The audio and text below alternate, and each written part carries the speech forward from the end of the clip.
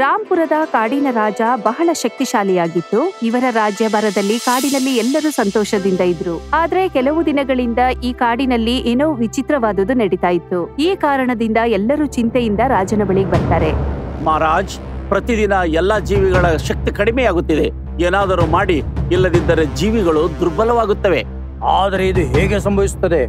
ನಾನು ಕೇಳಿದ್ದೇನೆ, ಕಾಳಿ ಎಂಬ ಗುಹೆಯೊಳಗೆ ಯಾವುದೋ ಒಂದು ಶಕ್ತಿ ಇದೆ, ಎಲ್ಲರ ಶಕ್ತಿಯನ್ನು ಕಸಿದುಕೊಳ್ಳುತ್ತಿದೆ. ಇದರರ್ಥ ನಾವು ಕಪ್ಪು ಗುಹೆಯೊಳಗೆ ಹೋಗಿ ನನ್ನ ಅರಣ್ಯದ ಶಕ್ತಿಯನ್ನು ನಾಶಪಡಿಸುತ್ತಿರುವ ಈ ಶಕ್ತಿ ಯಾವುದು ಎಂದು ಕಂಡುಹಿಡಿಯಬೇಕು. ಮರುದಿನ ಎಲ್ಲಾ ಪ್ರಾಣಿಗಳು ಸೇರ್ಕೊಂಡು ಈ ಕಾಳಿಯಮ್ಮನ ಗುಹೆಗೆ ಬರ್ತಾರೆ. ಈಗ ಎಲ್ಲರೂ ಕಾಳಿಯಮ್ಮನ ಗುಹೆಗೆ ತಲುಪಿದ್ದಾರೆ. ಇದು ವಿಚಿತ್ರ ಸ್ಥಳ. ಇಲ್ಲಿ ಎಲ್ಲ ಕಡೆ ಚಿತ್ರಗಳೇ ತುಂಬಿವೆ.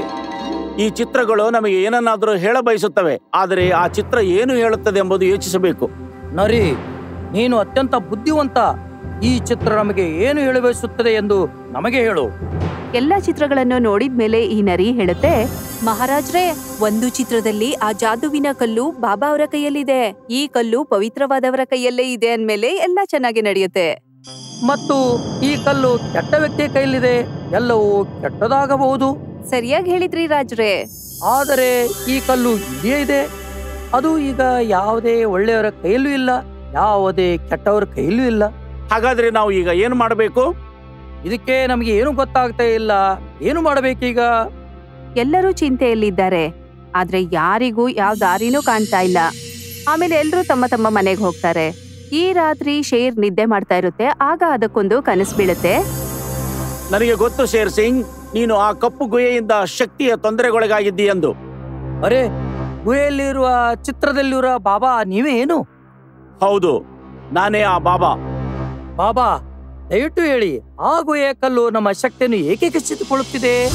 ನಾನು ಅದನ್ನೇ ನಿಮಗೆ ಹೇಳಲು ಬಂದಿದ್ದೇನೆ. ಈ ಸ್ವಾಮೀಜಿ ಹೇಳ್ತಾರೆ, ಗುಹೆಯೊಳಗಿರುವ ಆ ಕಲ್ಲನ್ನು ನೀವು ನೋಡಿದ್ದೀರಿ. ಅದನ್ನು ಯಾರೋ ಕೆಟ್ಟ ದೃಷ್ಟಿಯಿಂದ ಅದನ್ನು ಮುಟ್ಟಿರಬೇಕು. ಅದಕ್ಕಾಗಿ ಈ ಎಲ್ಲಾ ಸಮಸ್ಯೆಗಳು ಬರುತ್ತಿವೆ. ಬಾಬಾ, ಪೂರ್ಣ ಶಕ್ತಿ ಸಿಗಬೇಕಾದ್ರೆ ನಾನು ಏನು ಮಾಡಬೇಕು? ಈ ದುಷ್ಟಶಕ್ತಿಯಿಂದ ತಪ್ಪಿಸಿಕೊಳ್ಳಲು ಒಂದೇ ಒಂದು ಮಾರ್ಗವಿದೆ. ಕಾಡಿನಲ್ಲಿ ಶುದ್ಧ ಮತ್ತು ಯಾವುದೇ ತಪ್ಪು ಮಾಡದ ಜೀವಿಯನ್ನು ಕಂಡು ಹಿಡಿಯಿರಿ.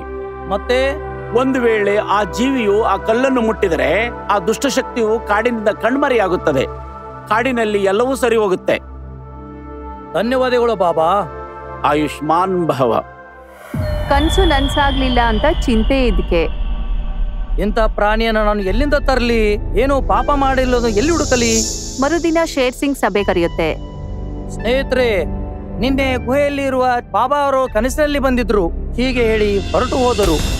ಈ ದುಷ್ಟಶಕ್ತಿಯಿಂದ ತಪ್ಪಿಸಿಕೊಳ್ಳಲು ಒಂದೇ ಒಂದು ಮಾರ್ಗವಿದೆ.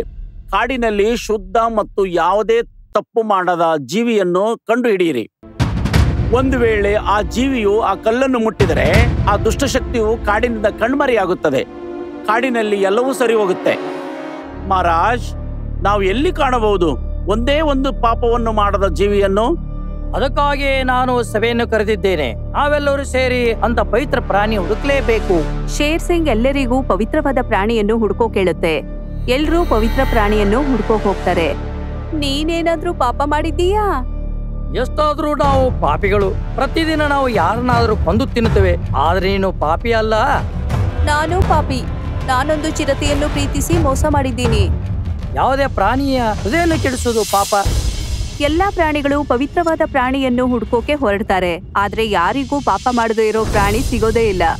ಯಾವುದೇ ಪವಿತ್ರ ಪ್ರಾಣಿ ನಿಮಗೆ ಸಿಕ್ಕಿದೆ ಪಾಪ ಮಾಡದಂತಹದ್ದು? ಇಲ್ಲ ಮಹಾರಾಜ್. ನೋಡಿ, ಸಸ್ಯಾಹಾರಿ ಪ್ರಾಣಿಗಳು ಬೇಟೆಯಾಡುವುದಿಲ್ಲ. ಜಿಂಕೆಯು ಪಾಪ ಮಾಡದೇ ಇರುವಂತ ಪ್ರಾಣಿ ಅನಿಸುತ್ತದೆ. ಜಿಂಕೆ ಅದು ಅತ್ಯಂತ ದೊಡ್ಡ ಪಾಪಿ. ಅವಳು ಚಿರತೆಯನ್ನ ಪ್ರೀತಿಸುವ ನಾಟಕವಾಡಿ ದ್ರೋಹ ಬಗೆದಿದ್ದಾಳೆ. ಜಿಂಕೆಯ ಪತಿ. ಮದುವೆಗೆ ಮುಂಚೆ ಹೆಣ್ಣು ಜಿಂಕೆಗೆ ಚಿರತೆ ಜೊತೆ ಸಂಬಂಧವಿದೆ.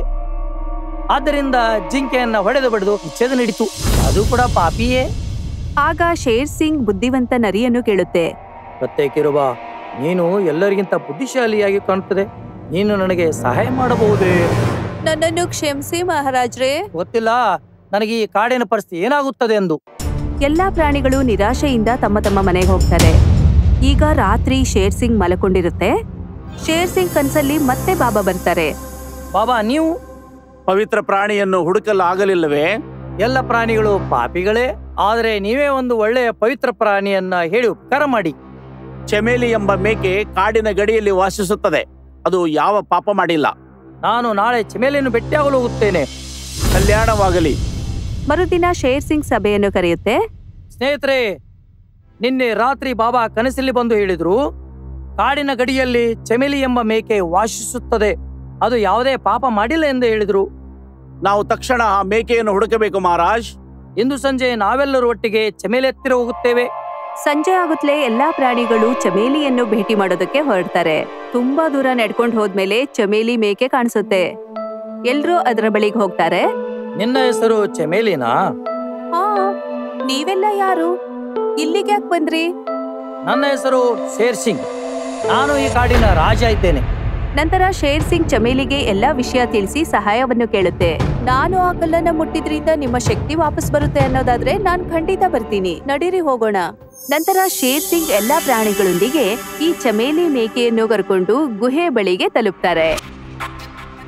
ಹೇಳಿ ಮಹಾರಾಜ್ರೆ, ನಾನ್ ಏನ್ ಮಾಡ್ಬೇಕು? ನೀನು ಈ ಕಲ್ಲನ್ನು ಮುಟ್ಟಬೇಕು. ನೀನು ಕಲ್ಲನ್ನು ಮುಟ್ಟಿದ ತಕ್ಷಣ ನಮಗೆ ಶಕ್ತಿ ಮರಳಿ ಬರುತ್ತದೆ. ಚಮೇಲಿ ಮೇಕೆ ಈ ಕಲ್ಲಿನ ಮೇಲೆ ಕಾಲನ್ನು ಇಡುತ್ತೆ, ಆದ್ರೂ ಆ ಶಕ್ತಿ ವಾಪಸ್ ಬರೋದೇ ಇಲ್ಲ. ಈಗಲೂ ನಾನು ನಿಶಕ್ತನಾಗಿದ್ದೇನೆ. ನನ್ನ ಶಕ್ತಿ ವಾಪಸ್ ಬಂದಿಲ್ಲ. ನಾವು ಈಗ ಏನು ಮಾಡ್ಬೇಕು ಮಹಾರಾಜ್? ಗೊತ್ತಿಲ್ಲ. ಎಲ್ಲರೂ ನಿರಾಶೆಯಿಂದ ಕಾಡಿಗೆ ವಾಪಸ್ ಬರ್ತಾರೆ. ಬಾಬಾ ಹೇಳಿದ್ದನ್ನ ನಾವು ಎಲ್ಲರೂ ಮಾಡಿದೆವು, ಆದ್ರೂ ಶಕ್ತಿ ಹಿಂದಿರುಗಲಿಲ್ಲ. ಏನಾಗುತ್ತದೆ ಎಂದು ಗೊತ್ತಿಲ್ಲ. ಆಗ ಚಿಂಟು ಮೊಲ ಅಲ್ಲಿಗೆ ಬರುತ್ತೆ. ಮಹಾರಾಜ್, ನಾನ್ ನಿಮಗೆ ಒಂದು ಹೇಳಲು ಬಂದಿದ್ದೇನೆ. ಹೇಳಿ. ಮಹಾರಾಜ್, ನೀವು ಆ ಮೇಕೆಯನ್ನು ಗುಹೆಯೊಳಗೆ ತೆಗೆದುಕೊಂಡು ಹೋಗಿದ್ದೀರಿ, ಅದು ನಿಜವಾದದ್ದಲ್ಲ. ಏನು? ನಾನು ಆಹಾರವನ್ನು ಹುಡುಕುತ್ತಾ ತೋಳದ ಮನೆಯ ಬಳಿಗೆ ಹೋದೆ. ಅದನ್ನು ನಾನು ನೋಡಿದೆ. ನಿನ್ನ ರೂಪವನ್ನು ಧಾರಣೆ ಮಾಡಿಕೊಂಡು ನಾನು ಎಲ್ಲಾ ಪ್ರಾಣಿಗಳನ್ನು ಮೂರ್ಖರನ್ನಾಗಿಸಿದ್ದೀನಿ. ನೀವ್ ಯಾಕೆ ಹೀಗೆಲ್ಲ ಮಾಡ್ತೀರಿ? ನಾನು ಈ ಕಾಡಿನ ರಾಜನಾಗ್ಬೇಕು. ನೀನು ಆ ಕಲ್ಲನ್ನು ಮುಟ್ಟಿದರೆ ಎಲ್ಲರ ಶಕ್ತಿ ಹಿಂದಿರುಗುತ್ತದೆ ಮತ್ತು ನಾನು ಎಲ್ಲರ ಶಕ್ತಿಯು ಹಿಂದಿರುಗಬೇಕೆಂಬುದೇ ನನ್ನ ಬಯಕೆ, ಏಕೆಂದರೆ ನಾನು ಈ ಕಾಡಿನ ರಾಜರಾಗಿ ಬಯಸುತ್ತೇನೆ. ಹಾಗಾದ್ರೆ ಇಷ್ಟೇನಾ? ಈಗ ತೋಳನೇ ಉತ್ತರಿಸಬೇಕು. ಮರುದಿನ ನೋಡಿದ್ರೆ ವಿಷಯ ಕಾಡಲ್ಲೆಲ್ಲ ಹರಡಿದೆ. ಎಲ್ಲಾ ಪ್ರಾಣಿಗಳಿಗೂ ಮತ್ತೆ ಆ ಶಕ್ತಿ ವಾಪಸ್ ಬಂದಿರುತ್ತೆ. ಇದನ್ ಕೇಳಿ ಈ ತೋಳ ತನ್ನ ಗುಹೆಗೆ ವಾಪಸ್ ಬರುತ್ತೆ. ನೀವು ಇಲ್ಲಿದ್ದರೆ ಎಲ್ಲರೂ ತಮ್ಮ ಶಕ್ತಿಯನ್ನು ಹೇಗೆ ಮರಳಿ ಪಡೆದರು? ನಾನು ತೊಂದರೆಯಲ್ಲಿದ್ದೇನೆ, ನೀನು ನಗುತ್ತಾ ಇದ್ದೀಯಾ? ನಾನು ಯಾಕೆ ನಗ್ತಿದ್ದೀನಂದ್ರೆ ನಾನು ಮೇಕೆ ಅಲ್ಲ. ಇದಕ್ ಹೇಳ್ತಾರೆ ಮೊಯ್ಯಿಗೆ ಮೊಯ್ಯಿ. ಬಕ್ರಿಯ ಜಾಗದಲ್ಲಿ ನೀನು ಹೇಗೆ ಬಂದೆ? ನಾವು ತಲುಪುವ ಮೊದಲೇ ನೀನು ಮೇಕೆಯನ್ನು ಮಾಯ ಮಾಡಿದಂತೆ, ಅದೇ ರೀತಿ ನೀನು ಮಲಗಿದ್ದಾಗ ನಾವು ಮೇಕೆಯನ್ನ ಮಾಯ ಮಾಡಿ ನರಿಯನ್ನ ಇಲ್ಲಿಯೇ ಇರಿಸಿದೆವು. ರಾತ್ರಿ ನಾವು ಪವಿತ್ರ ಮೇಕೆಯೊಂದಿಗೆ ಈ ಗುಹೆಯೊಳಗೆ ಹೋದೆವು. ಮೇಕೆ ಕಲ್ಲನ್ನು ಮುಟ್ಟಿದ ತಕ್ಷಣ ನಾವೆಲ್ಲರೂ ಶಕ್ತಿಯನ್ನು ಮರಳಿ ಪಡೆದೆವು.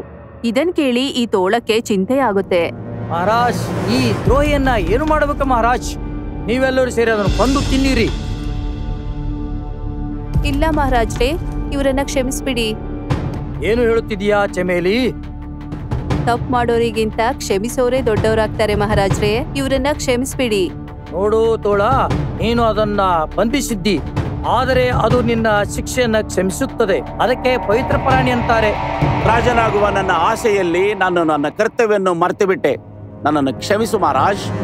ಚಮೇಲಿ ಹೇಳಿದಂತೆ ಹೋಗು, ನಾನು ನಿನ್ನನ್ನು ಕ್ಷಮಿಸಿದ್ದೇನೆ. ಎಲ್ಲರೂ ಕ್ಷಮಿಸಿದ್ರಿಂದ ತೋಳಕ್ಕೆ ಖುಷಿಯಾಗತ್ತೆ.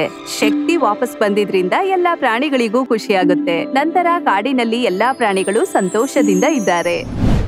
ನಿಮ್ಗೆ ನಮ್ಮ ವಿಡಿಯೋ ಇಷ್ಟ ಆಗಿದ್ರೆ ಕೂಡಲೇ ನಮ್ಮ ಚಾನೆಲ್ ಅನ್ನ ಸಬ್ಸ್ಕ್ರೈಬ್ ಮಾಡಿ. ಮತ್ತೆ ವಿಡಿಯೋನ ಲೈಕ್ ಮತ್ತೆ ಶೇರ್ ಮಾಡೋದನ್ನ ಮರಿಬೇಡಿ. ಧನ್ಯವಾದ.